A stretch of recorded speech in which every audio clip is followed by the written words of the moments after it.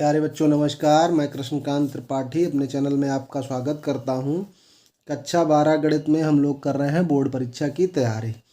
आज के सारे सवाल 1 और 2 नंबर वाले हैं जो प्रायिकता से आते हैं। देखते हैं सवाल। यदि पी ए बराबर 1/2 पी बी बराबर 0 तथा पी ए अपान बी का मान होगा 1/2 0 परिभाषित नहीं और 1, ये पूछा गया है। तो ये पी ए अपान बी का फार्मूला आपको पता होना चाहिए। क्या होता है? A intersection B upon P B. देखो नीचे जो है वो नीचे ही रहता है, ऊपर दोनों का इंटरसेक्शन हो जाता है, बस ये याद रखना। तब जब हमें ये पता है कि पी बी की प्रायिकता 0 है, यानी कि वो ऐसी घटना है निश्चित ही वो होनी है, तो उसके बारे में तो हम कुछ कह नहीं सकते क्लियर। तो उसका मान 0 दिया गया है, तो इंटरसेक्शन बी कैसे निकालेंगे? तो इससे क्या समझ में आता है कि ये पी ए अपान बी परिभाषित नहीं है, परिभाषित नहीं। तो ये तीसरा वाला ऑप्शन हमारा सही है। अगला सवाल है, ए और बी दो स्वतंत्र घटनाएं हैं कि पी ए अपान बी बराबर पी बी अपान ए बराबर ये 0 नहीं है। तो अब देखो पी ए अपान बी बराबर कह रहा है पी बी अपान ए। तो अभी हमने आपको क्या बताया कि इनका इंटरसेक्शन और जो जिसके नीचे है उसको लिख दो। पी बी इंटरसेक्शन ए यहाँ लिखेंगे और बटे पी ए लिखेंगे। देखो ए इंटरसेक्शन बी और बी इंटरसेक्शन ए बराबर होता है, तो इससे क्या निकल के आ गया? पी ए बराबर पी बी, यानी कि ए की प्रायिकता और बी की प्रायिकता बराबर है। तो चौथा ऑप्शन हमारा सही हो गया। यदि ए की प्रायिकता 1/2 बी की प्रायिकता 1/3 और ए यूनियन बी 2/3 है, तो क्या घटनाएं ए और बी परस्पर स्वतंत्र हैं? कॉन्सेप्ट पे है पूरा सवाल।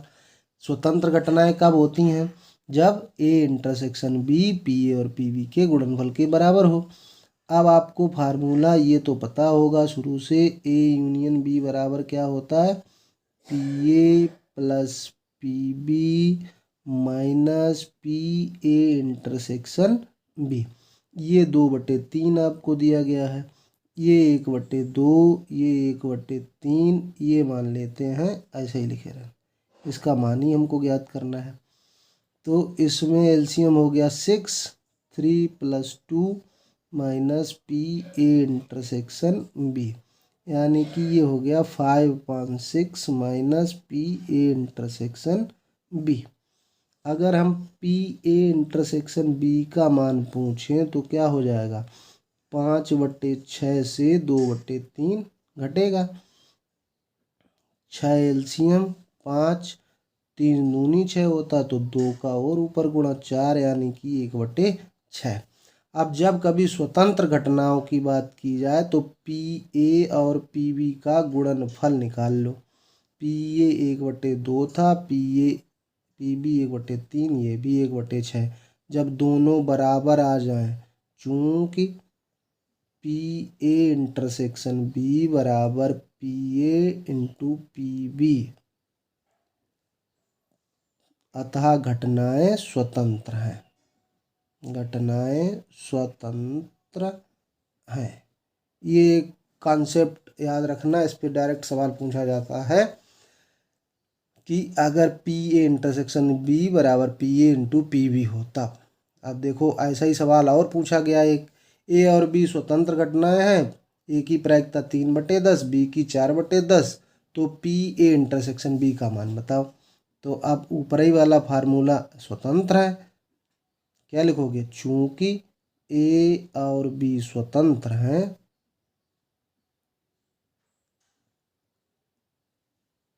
इसलिए पी ए इंटरसेक्शन बी बराबर क्या होगा? पी ए इंटू पी बी। इंटरसेक्शन हमसे पूछा गया है, लेकिन ए की प्रायिकता और बी की प्रायिकता का मान तो हमें पता है, 12/100। यही हो गया हमारा आंसर। 2 नंबर में पूछा गया सवाल। की बात को थोड़ा कठिन कर देगा। दो घटनाएं ए और बी परस्पर स्वतंत्र हैं, तब क्या कंडीशन होगी। अब जो कंडीशन हमने अभी पहले आपको बताई है, पी ए इंटरसेक्शन बी बराबर P A into P B, वो तो लिखी नहीं कहीं इसमें 4 ऑप्शन में। तो देखते हैं, हमने आपको बताया पी ए इंटरसेक्शन बी बराबर P A into P b. तो पी ए डेज बी डेज का मतलब क्या हुआ, पी ए इंटू पी बी मतलब, तो ये हो गया पी ए बी का होल डेज, और इसका मतलब ये हो गया कि पी ए dash into p b dash. पहले आगे पीछे कुछ भी लिख सकते हैं इसको। अब ए डेज का मतलब क्या होता है कि इसकी संयुग्मी प्रायिकता। तो क्या होता है कि दोनों प्रायिकताओं का योगफल होता है एक। अगर एक की प्रायिकता हमको पता है किसी घटना के होने की, तो ना होने की प्रायिकता क्या होगी, एक में से घटा दो, पी बी डेज ये भी 1 माइनस पी बी। तो ये कंडीशन भी याद रखेंगे स्वतंत्रता के लिए, पी ए डेज बी डेज बराबर 1 माइनस पी ए इंटू 1 माइनस पी बी। यदि ए और बी दो घटनाएं हैं, ए की प्रायिकता 0 के बराबर नहीं है और पी बी अपान ए बराबर 1, तब इसमें क्या सही होगा। क्या कहा गया है कि पी बी अपान ए बराबर 1। तो देखो क्या ऊपर क्या लिखेंगे, बी इंटरसेक्शन ए, नीचे क्या आएगा, ए नीचे है तो ए ही आएगा, बराबर 1। तो इसका मतलब क्या हुआ कि पी बी इंटरसेक्शन ए, इसका गुणा उधर कर दें, पी ए के बराबर है। किसी का इंटरसेक्शन और उस समुच्चय ए के बराबर है, तो इसका मतलब क्या हुआ कि जब इंटरसेक्शन ए और बी का निकाला तो ए और बी के प्रत्येक अवयव ए के बराबर आ गए।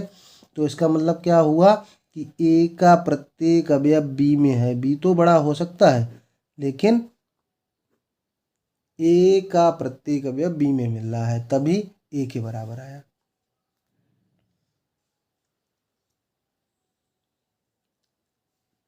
कभी कभी ऐसे लिख देता है कि लिख दिया P A plus P B minus P A और बी बराबर पी ए। तो ये भाषा आपको समझ में आनी चाहिए। यहाँ अगर ये लिखा होता पी ए या बी तो अलग बात हो जाती, ए और बी लिखा तो अलग बात है।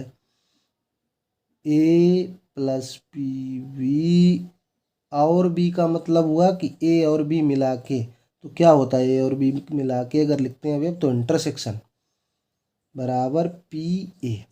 या लिखा होता तो पी ए या बी में मिले दोनों अवयव तो क्या होता है, यूनियन। ए और बी के सभी अवयव मिला के लिखे जाते हैं, ए में हो चाहे बी में हो।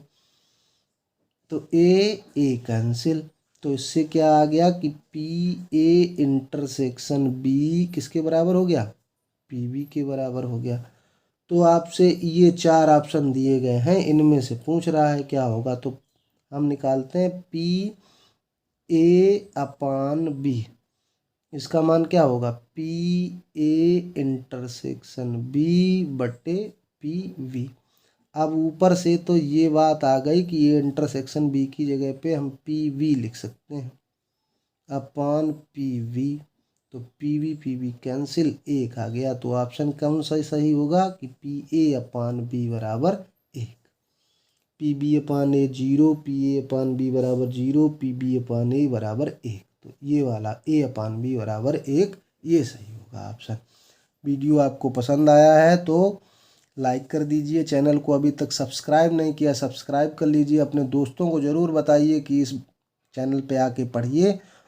तो लगभग पूरी तैयारी होने जा रही है, सभी चैप्टर्स हो गए हैं, थोड़ा बचा हुआ है जो आता रैखिक प्रोग्रामन, एक चैप्टर बचा हुआ है। उसके और सवाल एक तो आता ही है 5 नंबर में, उसके और सवाल करवा देंगे। कुछ 5 नंबर के बचे हैं अभी एरिया अंडर द कर्व्स का, वो शाम को वीडियो मिल जाएगा। धन्यवाद।